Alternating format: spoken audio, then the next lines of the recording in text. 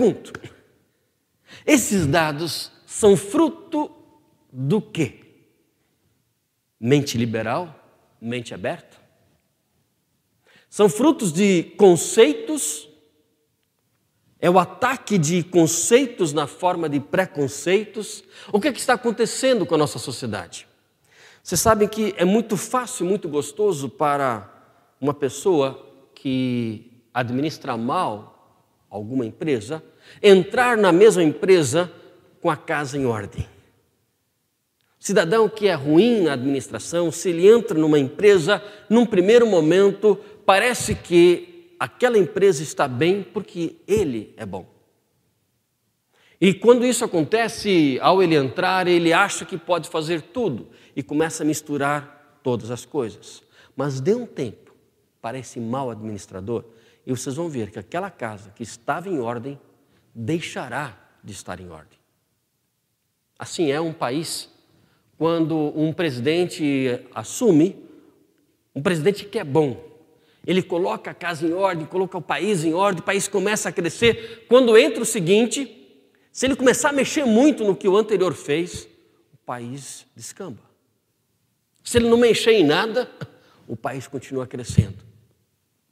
Deus abençoe que ele seja ainda melhor do que o anterior, mas sempre quando nós encontramos uma determinada estrutura em ordem, entendam, não é necessariamente aquele que comanda naquele momento que é o causador daquela ordem.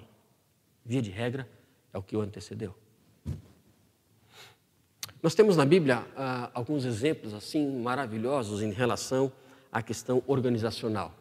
Por exemplo, nós podemos ver o rei Davi, que começou, não havia nada, e ele primeiro foi ungido por um profeta, quando Davi tinha mais ou menos 17 anos de idade, e entre a unção que ele recebeu do profeta e a primeira coroa, levou-se 20 anos.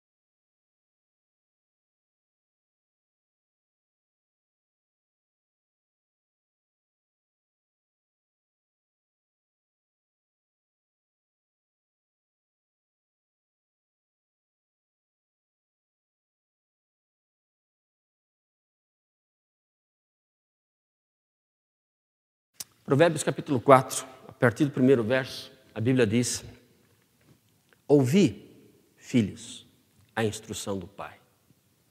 Muito se comemora do pai, fala-se muitas vezes muito obrigado para o pai, aquele abraço gostoso, carinhoso, mas o motivo maior pelo qual um pai pode e deve ser lembrado, eu creio que está aqui nesse capítulo 4 de Provérbios. E sabem, queridos, Provérbios 4 prefigura o conceito que Deus tem para conosco, o que Ele deseja para mim e para você. Ouvi, filhos, a instrução do Pai. Estai atentos para conhecerdes a prudência, pois dou-vos boa doutrina. Não deixeis a minha lei. Porque eu era filho tenro na companhia de meu pai e único diante de minha mãe. Lembra, o pai de Salomão era Davi e a sua mãe Batseba. E Salomão continua falando a respeito do pai. Meu pai me ensinava e me dizia: retenha o teu coração as minhas palavras, guarda os meus mandamentos e vive. Filho, adquire a sabedoria, adquire inteligência. Não te esqueças nem te apartes das palavras da minha boca. Não a abandones e ela te guardará. Ama e ela te protegerá. A sabedoria é a coisa principal. Adquire, pois, a sabedoria, emprega tudo o que possuis na aquisição do entendimento. Exalta, e ela te exaltará, e abraçando-a tu, ela te honrará. Dará à tua cabeça um diadema de graça, e uma coroa de glória te entregará. Ouve, filho meu, aceita as minhas palavras, e se multiplicarão os anos da tua vida. No caminho da sabedoria te ensinei, e por veredas de retidão te fiz andar. Por elas andando, não se embaraçarão os teus passos, e se correres, não tropeçarás. Apega-te à instrução e não a largues. Guarda-a, porque ela é a tua vida.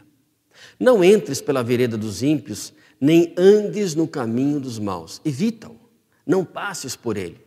Desvia-te dele e passa de largo. Pois eles não dormem se não fizerem mal, e foge deles o sono se não fizerem alguém tropeçar. Porque comem o pão da impiedade e bebem o vinho da violência.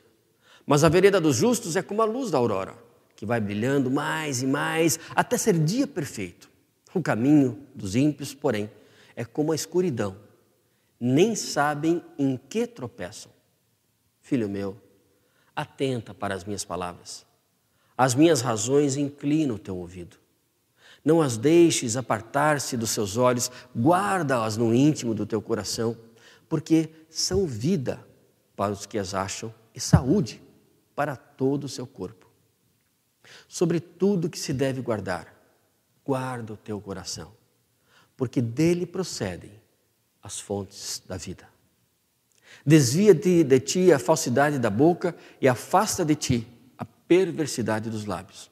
Os teus olhos olhem para a frente e as tuas pálpebras olhem direto diante de ti. Pondera as veredas de teus pés e todos os teus caminhos sejam bem ordenados. Não inclines nem para a direita, nem para a esquerda. Retira o teu pé do mal. Salomão anotou o que Davi disse para ele. Essas palavras são de Salomão? Sim, são de Salomão, são escritas por Salomão, mas se referem ao que o pai dele lhe disse. Sabe, queridos, quando nós paramos para pensar em relação àquilo que um tremendo servo de Deus chamado Davi, como diz em Atos, Deus falando a respeito de Davi, encontrei Davi, filho de Jessé, homem segundo o meu coração, que executará, que realizará toda a minha vontade.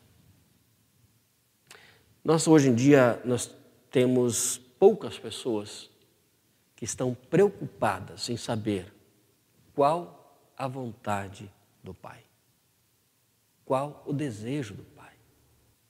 Não.